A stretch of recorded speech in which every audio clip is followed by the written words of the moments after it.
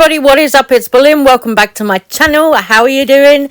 So this video is going to be a little update on the whole Heaven nightclub case where somebody was raped by one of their security. Recently the club was ordered to close temporarily due to the incident while the case was being looked at, and the hearing was on December 6th. I followed the case watching TT Bang's TikTok on the update, what's happened since they were ordered to temporarily close. Official Heaven nightclub will reopen, but it does not come without some serious changes to the business. During a 6-hour hearing today at Westminster Subcommittee, we heard from both sides of the case, those for and those against the reopening of Heaven, and it came with some pretty interesting revelations. This case was triggered after an 18-year-old customer of Heaven nightclub was raped by a member of their security team, and although this was a pivotal part of the case, this was not really mentioned today during the hearing. This hearing was mainly focused around what they need to change about the establishment. Very early on, we realized that they would be getting their license back. They just had to change a few things. One of the most important being that they have to change their entire security team. They now have to use security from only one company instead of 3 that they were previously using. Also, previously, they were using one company for inside of the venue and one for outside of the venue. It was also revealed that the perpetrator of the rape was actually hired by the head of security at Heaven using a cloned identity card. And it turns out that this idea of security people having cloned ID is actually a bit of a systematic issue at the moment. The terms of their reopening also state that they have to have a 3 a.m. last entry, and every single person entering the venue has to have ID. And they will also have to get those ID machines that scan everything and keep it in a database. There will also be absolutely no drinking in the queue, and they will have to change their smoking area. There was a couple of people opposing the reopening of Heaven that were residents in the local area, but as I've said before, I personally think that if you buy a house near a large venue, you have no right to complain. You're literally living in central London, and this was also an argument that somebody in the defence brought up. On top of this, they will also have to increase the amount of security they hire and the amount of welfare officers. It's also mandatory for every single security guard to be wearing a body cam at chest level. This is the first time in 45 years that the venue's licence has come up for review, so that really played a part on their side. The council did admit that they believe that the venue is connected to serious crime, but there are things they can put in place to try and lower this. Interestingly enough, the owner of Q Bar in Soho also spoke at the defence. The venue will also have to hire an officer to monitor their CCTV from midnight till close every single night, and they will also have to report any serious crimes that happen to the police without delay. The venue's owner said that they had been working really hard to put all of these changes in place and that they were ready to open. He said they would do this by starting out with a soft launch, which means you would have to go to GAY Bar first to get a wristband for the first few nights. They also mentioned hiring door pickers, people that would go through the queue and tell you if you were going to get in or not before you waited, and also having security every 15 meters along the queue. Overall, they had a really good case, and it's great that we're not going to lose another venue, and I really hope that serious changes are made. And here's a little personal opinion to close out as somebody who's worked in queer nightlife for over 10 years and has been part of creating a culture and community within several very established club nights worldwide. I was very interested that there was no women speaking in the defense of Heaven. I think due to the nature of the case that triggered this whole thing, it would have been good to see some women speak out in defense of the space. And I think this kind of is a reflection of maybe the culture that they've created within the venue. And I think they could do more to make sure that the space isn't just a safe space for gay men, but actually a safe space for everybody. If I was going to advise them on this situation, I would say that they need to speak to some people about educating their security and really giving them the correct training to work in an LGBTQ+ venue. Let me know what your thoughts are on this case and what you think of the final verdict and what you think of the future of queer nightlife. How can we make it better, and how can we make our spaces more safe? So there were a lot of thoughts and opinions in TT Bang's comments on this TikTok. Somebody said, I think it's unfortunate as Jeremy Joseph is an amazing promoter. He's just not a good bar owner. Hopefully, following all this, he will try to listen to concerns from customers who've been complaining. Another commenter claims Heaven have always been discriminatory towards disabled people, saying that they were thrown out because they sounded drunk, yet they have a deaf voice. And also they don't actually drink. Others were not surprised about the result, saying of course no women spoke in defence of it. I can't imagine any POC, trans or MB folk would be either.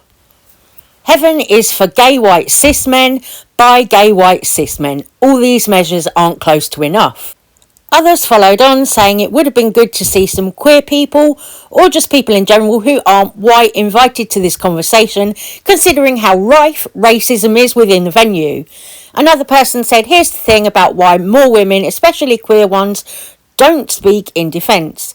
I, as a very queer woman, have been denied entry on the basis of being too straight. It never felt welcoming. More comments also about the racism and discrimination at the venue.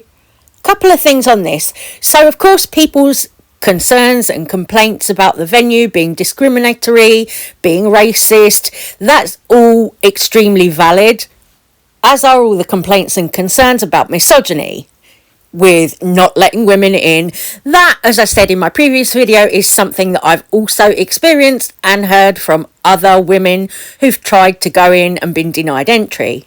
And yeah, I think it's absolutely right that it would have been good to have some insight from people of colour and women at the hearing of this case. The queer community is vibrant and it's made up of so many more people than just cis white gay men.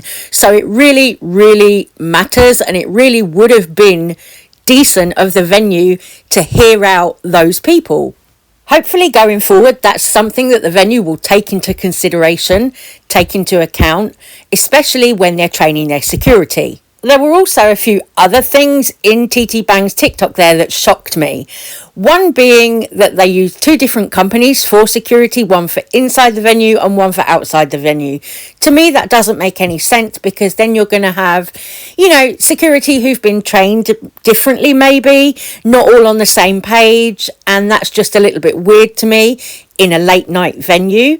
Also, another thing in a late night venue that really, really got my goat was the fact that they didn't have anyone manning the security cameras and watching to see if there was anything dangerous going on. That, in a late night venue where you're serving alcohol and all of that, that is extremely shocking to me, and I hope that they rectify that and do better. That alone is a massive, massive safety risk. What if there's an accident? What if somebody is attacked? Anything, a fight can break out. Anything can happen in a nightclub like that. So why was there nobody manning the security cameras? That's so weird to me. It'll be interesting to see in the long run if this does really harm Heaven's reputation, because there are plenty of other late night venues or other events going on with drag and cabaret that people can go to, especially for queer and trans people of colour. If you don't see people like you represented or on stage regularly at a venue like Heaven, you're going to be disheartened with it. You're going to look for somewhere else to go.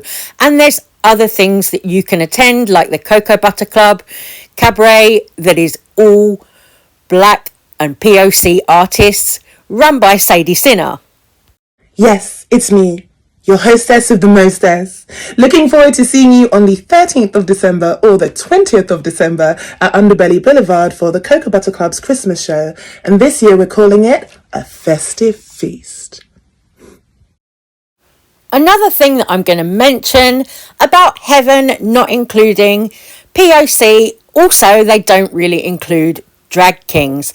They ran a boy band night where it was drag boy bands, but do you think that they included drag kings? No, they didn't.